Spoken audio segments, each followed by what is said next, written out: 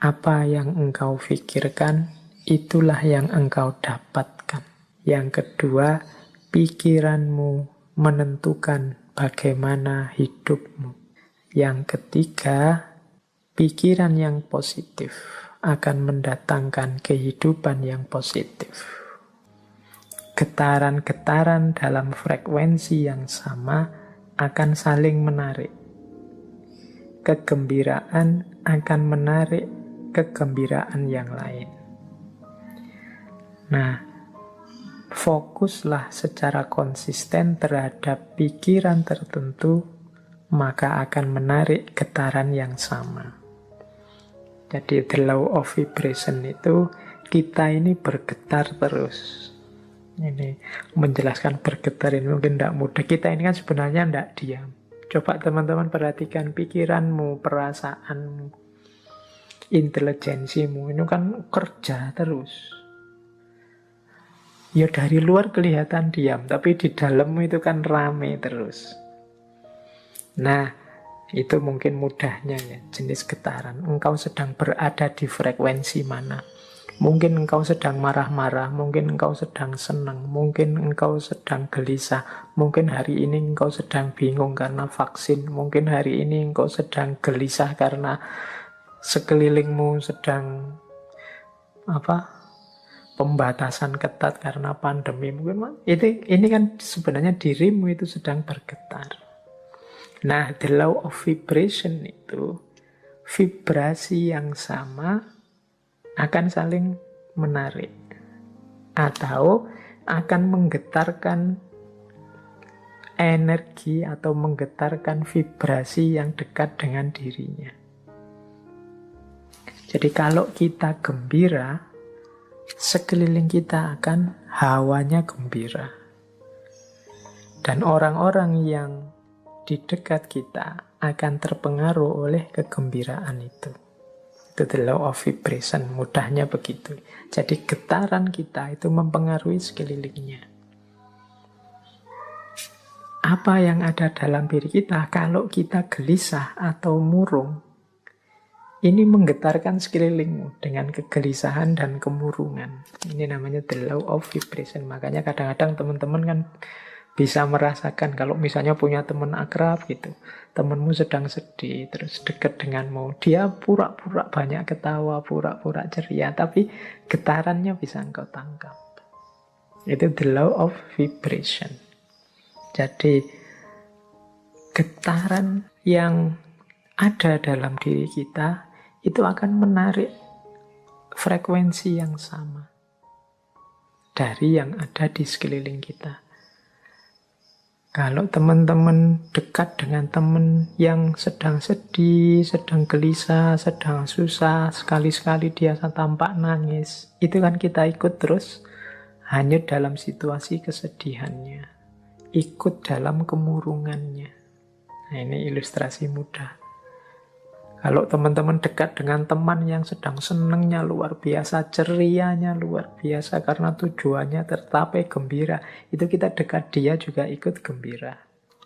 Jadi getaran yang ada dalam diri orang lain bisa mempengaruhi getaran yang ada dalam diri kita. Demikian pula sebaliknya. Jadi kegembiraan akan mendatangkan kegembiraan.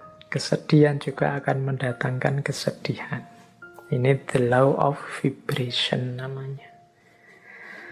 Menyikapi the law of vibration itu seperti apa? Ya menurut William Walker Atkinson adalah fokuslah pada yang baik-baik, yang indah-indah, yang nyaman-nyaman di pikiranmu. Apa yang engkau inginkan, fokuskan ke situ pikiranmu terus. Jadi getaran kesuksesan, getaran cita-cita keberhasilan, getaran cita-cita kebahagiaan itu biar menyebar kemana-mana dan menarik itu ke dalam dirimu. Yaitu, ayo mikir yang positif-positif saja. Ayo menginginkan yang baik-baik saja. Ayo mengharapkan yang nyaman-nyaman saja, yang damai-damai saja. Loh, itu nanti itulah yang akan hadir karena tertarik oleh getaran keinginan kita, getaran yang ada dalam diri kita. Itu namanya the law of vibration. Itu hukum yang pertama. Jadi carilah frekuensi yang bagus, getaran yang bagus dalam dirimu. Dan hidupkan itu biar mempengaruhi sekelilingmu. Yang pertama itu cosmic law, yang kedua the law of relativity. Dalam hidup ini berlaku hukum relativitas. Relativitas mungkin tidak persis sama seperti relativitasnya Einstein. Tapi relativitas di sini adalah mudahnya begini. Tidak ada sesuatu yang bisa kita pahami sampai kita hubungkan dengan sesuatu yang lain. Apakah itu tentang sifat, nilai, kualitas, atau artinya sesuatu, dan lain sebagainya, itu kita akan susah memahami kalau kita tidak menghubungkannya dengan yang lain. Itu namanya the law of relativity. Yo, ilustrasi mudahnya, misalnya sampean mau menilai saya, Pak Faiz itu wajahnya seperti itu masuk kategori ganteng apa jelek? Itu kan susah kamu jawab, mungkin ya sungkan barang, gak berani ngomong. Tapi mudahnya itu, kalian ngerti saya cakep apa jelek, itu kan ketika dibandingkan, dihubungkan dengan yang lain. Mungkin dengan wajahnya orang lain. Kalau dihubungkan dengan yang lebih cakep, ya saya ndak ada apa-apanya. Tapi kalau kamu cari yang lebih drop, jauh lebih jelek, mungkin saya ya masuk kategori ganteng. Itu the law of relativity. Indonesia ini negara yang nyaman, maju, atau negara yang terbelakang, mundur? Itu jawabmu mesti susah, karena parameter bisa macam-macam orang bikin. Mudahnya apa? Relatif. Relate-kan dengan sesuatu yang lain. Jadi jawabannya mestinya, yo kalau dihubungkan dengan negara ini kita masih terbelakang. Tapi kalau kita sambungkan dengan negara ini ya masih lumayan. Kita masih tergolong lebih maju. Itu namanya the law of relativity. Jadi ini hukum alam yang kedua. Nah, maksudnya apa William Walker ini menunjukkan the law of relativity? Ya, hendaknya kita ini selalu menghubungkan situasi yang kita alami dengan yang lebih buruk atau lebih kurang atau di bawah kita. Tujuannya apa? Biar kita bersyukur. Semua kegelisahan, ya mungkin tidak 100% lah, sebut saja 90% kegalauan, kegelisahan kita hari ini, itu muncul karena kita merelasikan diri dengan sesuatu yang lain, yang lebih tinggi, lebih bagus, lebih sukses, pokoknya lebih segalanya dari kita. Akhirnya kita tidak mampu untuk bersyukur. Mau bersyukur itu lebih berat karena kita melihat hidup kita ini serba kurang, serba kurang, serba kurang. Kita salah mencari relasi, menghubungkan diri kita dengan apa. Karena tiap hari mungkin engkau melihatnya artis siapa, atau melihatnya tokoh siapa, atau kiblatmu orang besar siapa, itu terus orang kaya siapa, itu terus orang sukses siapa, itu terus, sehingga ketika menengok dirimu yang lahir hanya pesimisme, underestimate, merasa betapa tidak berharganya dirimu dan lain sebagainya, akhirnya tidak bisa bersyukur. Nah, untuk bisa bersyukur, ingatlah the law of relativity tadi. Kalau engkau mau melihat yang lebih bawah darimu, masih banyak. Ada mahasiswa yang sumpek sekali karena semester akhir belum punya pacar misalnya. Dia lupa bahwa dia jadi mahasiswa itu aja sudah kelebihan yang luar biasa. benchmarknya mungkin temennya. Benchmark itu tempat dia mengukur, tempat dia merelasikan diri, itu temennya yang sudah punya pacar. Tapi dia lupa, dalam dirinya ada banyak kelimpahan, ada banyak kelebihan. Dia sibuk hanya satu kekurangan ini. Ini biasanya karena salah merelasikan diri. Akhirnya susah bersyukur. Nah, itu hukum alam yang kedua. Law of relativity. Ayo, untuk banyak hal, ya enggak untuk semua hal ya. Untuk beberapa hal, law of relativity ini kita pakai ya untuk yang baik-baik, sholat, ibadah, untuk tekun belajar. Nah, kita ambil yang level tinggi biar kita semangat untuk meniru yang baik-baik. Tapi untuk hal-hal tertentu kita ambil standar yang lebih di bawah kita sehingga kita tidak lupa untuk bersyukur. Nah, yang ketiga, the law of cause and effect. Hukum sebab akibat.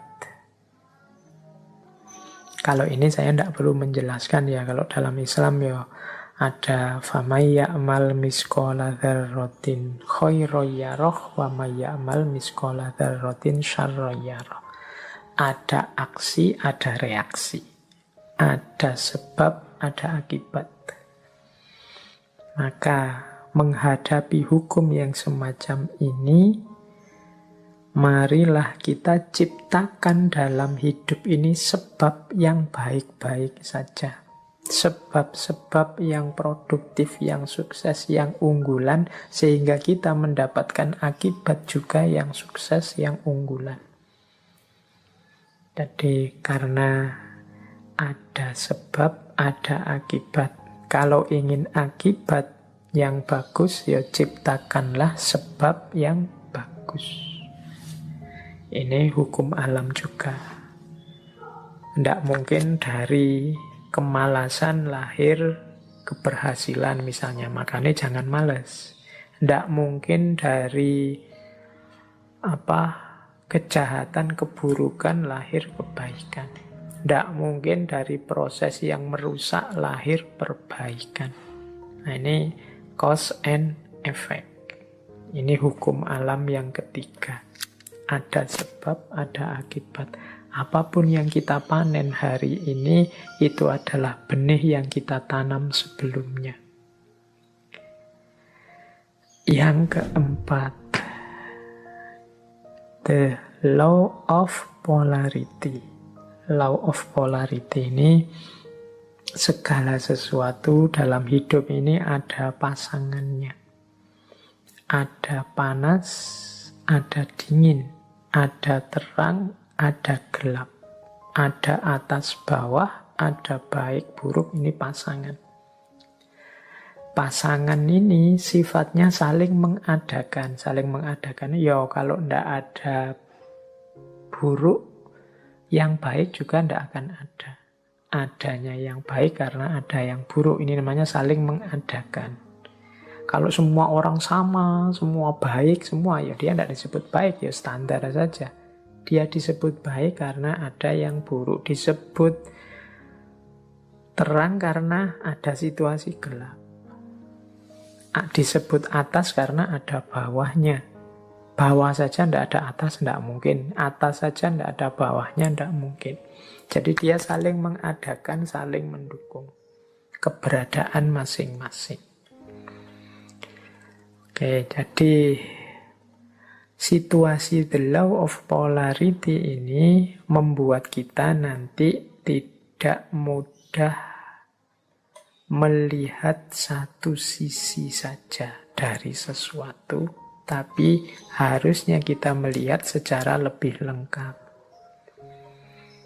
Jadi ada orang baik loh, terus kita puji, kita senangi total 100%.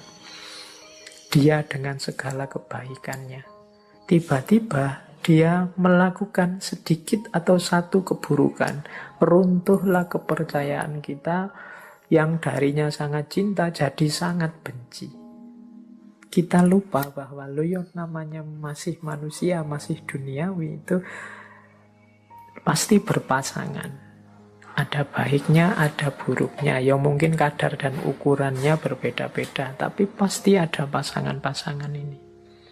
Kita sering tidak siap menerima situasi yang kebalikan dari kenikmatan, kenyamanan yang kita rasakan hari ini. Padahal itu ya berpasangan. Ada enak, ada ndak enak. Di balik kenikmatan, di sisi sana ada ketidaknikmatan. Itu selalu ada. Minggu depan insya Allah kita perdalam the law of polarity ini di falsafah hidup yin yang. Tapi the law of polarity ini juga salah satu dari 7 cosmic law.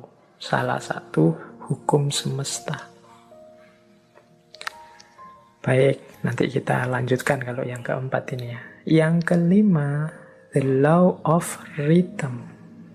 The law of rhythm ini, hidup ini mengalami siklusnya masing-masing. Hidup ini ada perputarannya.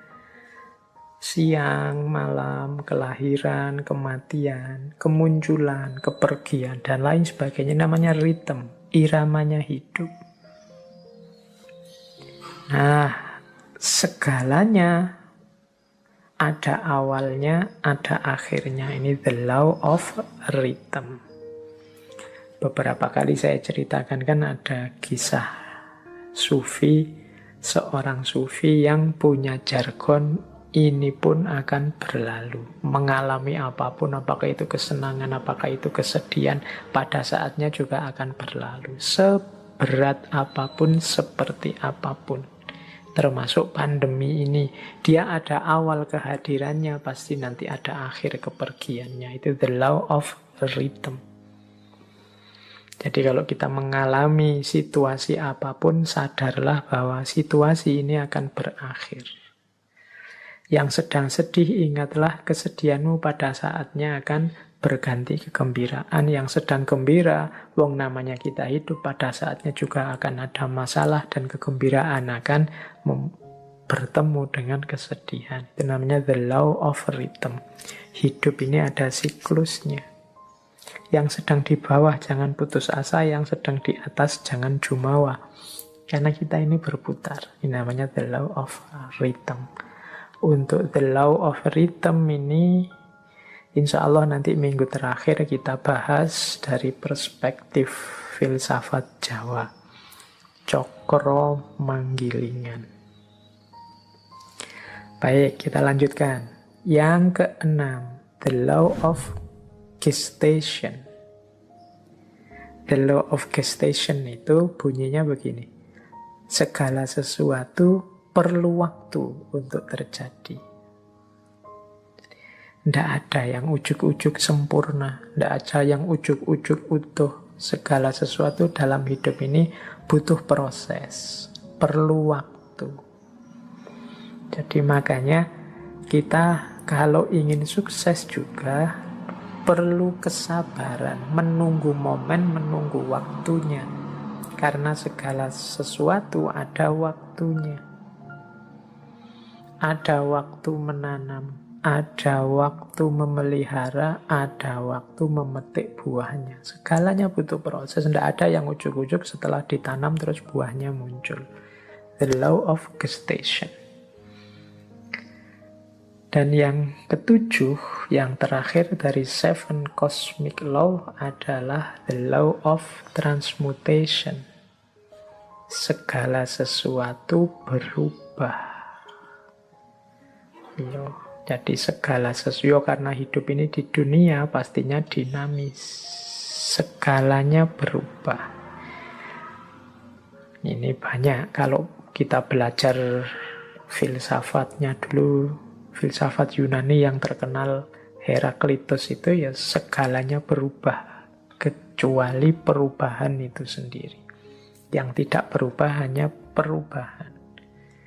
Nah, law of transmutation ini menyadarkan kita untuk menghadapi perubahan, merancang dan menyiapkan perubahan agar perubahan yang terjadi arahnya sesuai keinginan kita, membuat kita lebih baik, membuat kita lebih sukses, membuat kita lebih berhasil. Jangan biarkan perubahan liar tidak terkontrol. Baik, ini 7 cosmic laws. Yo, ini alam semesta. Di level batinnya itu ada 7 mekanisme ini. Ini kalau menurut teorinya Walker Atkinson. Nah, ini pengantar untuk tadi kalau ada yang tanya, Pak, natural law tadi katanya law of attraction ini bagian dari natural law ya, karena kayak tadi unsur natural law yang law of vibration, kemudian law of cause and effect atau law of transmutation ini kan bisa mengimplikasikan law of attraction. Baik, kita masuk sekarang ke law of attraction-nya sendiri.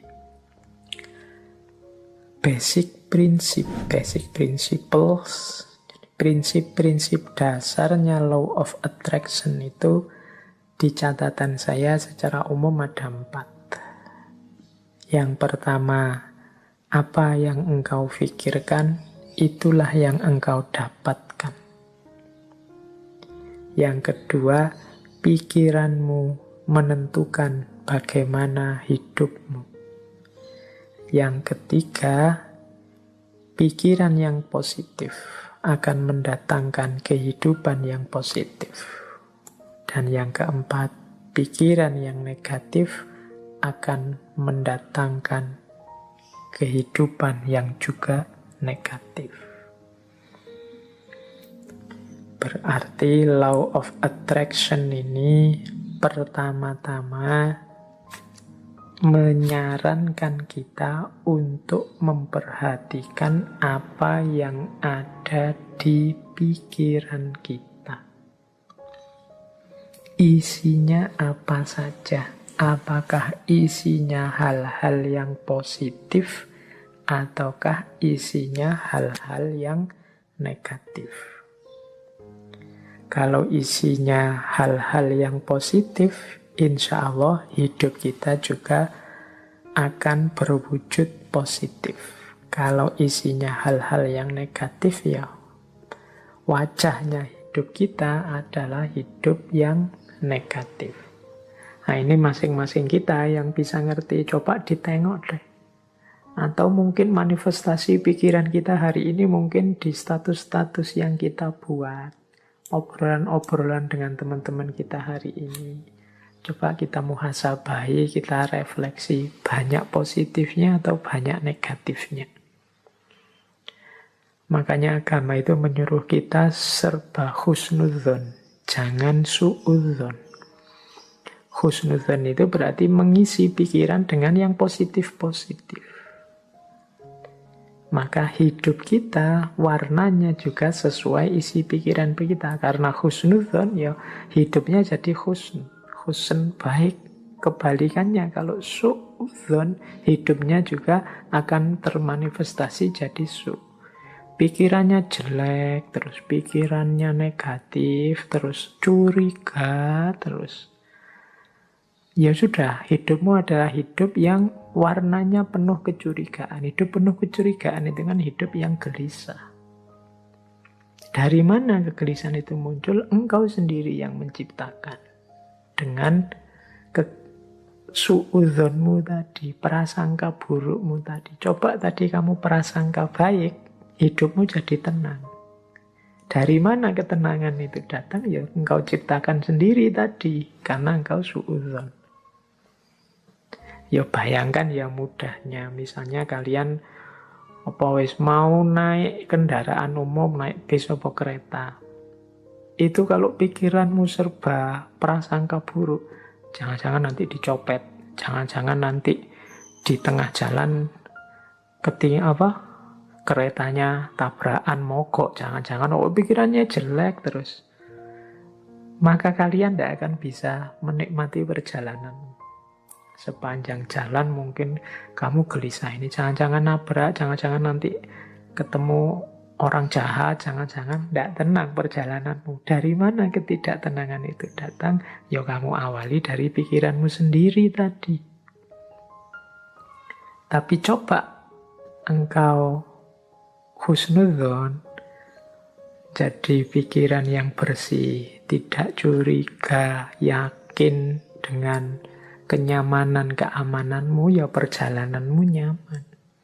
Tadi kalau dirumus teori vibrasi tadi, ya kenyamanan, keamananmu akan menarik sekelilingmu, frekuensinya juga jadi nyaman, jadi aman. Tapi kecurigaan, kegelisahanmu juga akan melahirkan kecurigaan, kegelisahan di sekelilingmu. Hidupnya jadi tidak nyaman. Nah, ini basic prinsipnya, mudahnya penjelasannya begitu. Jadi kalau kita isinya negatif-negatif saja, ya energi negatif yang kita tarik dalam hidup. Pandemi ini kan melahirkan jutaan gagasan negatif. Mungkin lebih dari itu, saya sebutnya jutaan, jangan-jangan puluhan juta atau ratusan juta seluruh dunia. Bayangkan energi negatif yang lahir dari jutaan pikiran yang negatif. Sakitnya sama. Tapi kalau kita hadapi dengan optimis atau dengan pesimis, itu kan kesannya, rasanya beda. Itu the law of attraction. Semakin negatif isi pikiran kita, ya semakin keruh hidup kita. Asalnya ya kita sendiri yang mengundang kekeruhan itu. Makanya ada quotes dari Napoleon Hill. Napoleon Hill ini juga tokoh spiritualis yang sering juga menulis buku-buku coraknya self-improvement atau self-help. Dia bilang begini, keep your mind fixed on what you want in life, not on what you don't want. Ini beliau ngasih tips. Simpanlah di kepalamu, isi saja dengan apa yang engkau inginkan, bukan apa yang tidak engkau inginkan. Contohnya misalnya tadi ya, mau naik kendaraan umum, kereta atau pesawat. Niatnya apa? Saya naik pesawat semoga aman. Ini lebih positif daripada saya niat naik pesawat semoga tidak tabrakan. Nah, ini kata-kata tidak tabrakan ini oleh Napoleon Hill disebut negatif.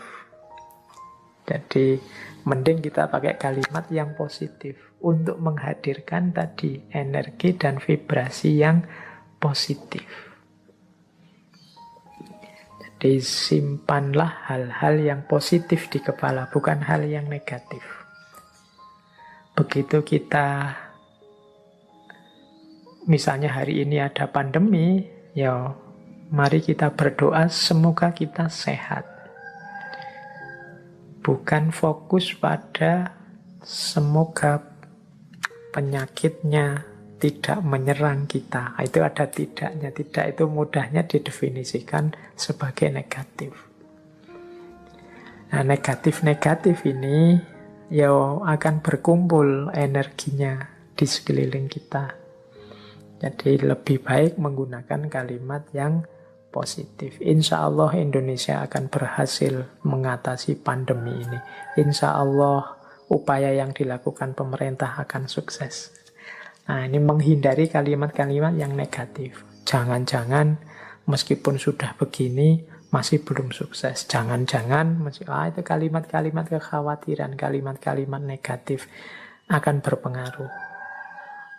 Jadi kuncinya the law of attraction itu hindari pikiran-pikiran negatif, hindari pernyataan-pernyataan yang negatif. Karena itu akan menjadi kunci hadirnya energi-energi yang negatif di sekeliling kita. Itu ada quote juga yang saya bawa dari Henry Ford. Teman-teman mestinya kenal tokoh ini. Ini berhubungan dengan otomotif ini. Henry Ford. Ada quotes yang terkenal sekali dari Henry Ford ini. Whether you think you can or you can't, either way you are right. Apakah engkau menganggap dirimu mampu atau tidak, dua-duanya benar. Kita kan sering menggunakan kalimat-kalimat yang mengekspresikan ketidakmampuan diri. Aku ndak bisa baca loh, aku ndak cakep loh, aku ndak bisa ngomong di depan publik loh, aku ndak bisa menari, aku ndak bisa berenang, aku ndak bisa menyanyi. Ya sudah, karena kita sendiri deklarasi kita ndak bisa, ya akhirnya ya kita memang ndak bisa. Padahal kalau mau kita bisa kok. Saya ndak bisa Pak ngomong di depan orang banyak, jadi yo iso. Cuma karena sudah merasa ndak bisa, ya selesai dengan ketidakbisaanmu. Saya ndak bisa Pak kalau harus menyanyi itu, saya menyanyi itu trauma sekali. Mungkin ya bisa, kalau kamu mau belajar tetap bisa.